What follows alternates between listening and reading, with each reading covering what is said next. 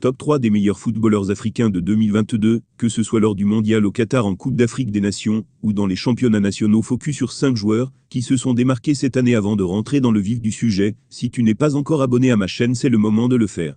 Active la cloche de notification pour ne pas rater mes prochaines vidéos. Laisse-moi un gros pouce bleu, ça me fera vraiment plaisir. Sadio Mané. Sadio Mané a fait une année riche en titres et en émotions. La victoire historique du Sénégal en Coupe d'Afrique des Nations, au Cameroun, où Mané a joué un rôle essentiel dans le parcours des Lions de la Teranga. Brillant et souvent décisif, comme buteur ou comme passeur, il a inscrit le tir au but crucial en finale face à l'Égypte. Il a ensuite aidé sa sélection à se qualifier pour la Coupe du Monde, une nouvelle fois face au Pharaon. Avant de quitter Liverpool pour le Bayern Munich, il a remporté également la Coupe d'Angleterre. Toutes ces performances lui ont permis de terminer à la 2e place du Ballon d'Or 2022 derrière le Français Karim Benzema, et de recevoir le prix Socrate récompensant ses engagements humanitaires. Mais alors qu'il brillait, avec son nouveau club, l'attaquant sénégalais s'est blessé au genou une dizaine de jours avant le début du mondial au Qatar, l'obligeant à déclarer forfait. À 30 ans, Sadio Mané n'aura sans doute plus qu'une occasion de disputer une seconde Coupe du Monde en 2026. Vincent Aboubakar du Cameroun. Vincent Aboubakar, lors d'un match de Coupe d'Afrique des Nations à Yaoundé, le 17 janvier 2022, était le meilleur buteur du tournoi. Si ses performances plutôt correctes dans le club saoudien d'Al Nasr passent relativement inaperçues, il n'en est pas de même lorsqu'il endosse le maillot de la sélection camerounaise.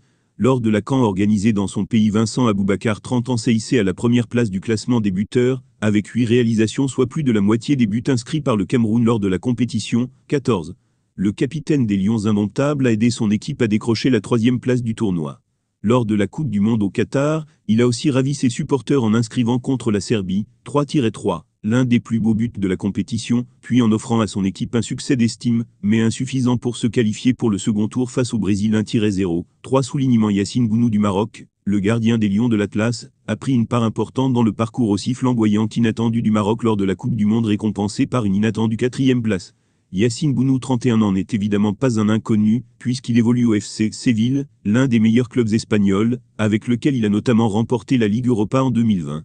Ce joueur au parcours singulier, puisqu'il est né au Canada et a grandi au Maroc, où il a été formé au Wydad Casablanca, s'est révélé en Espagne au gré de ses multiples contrats. Atlético Madrid, Saragosse, Gérone.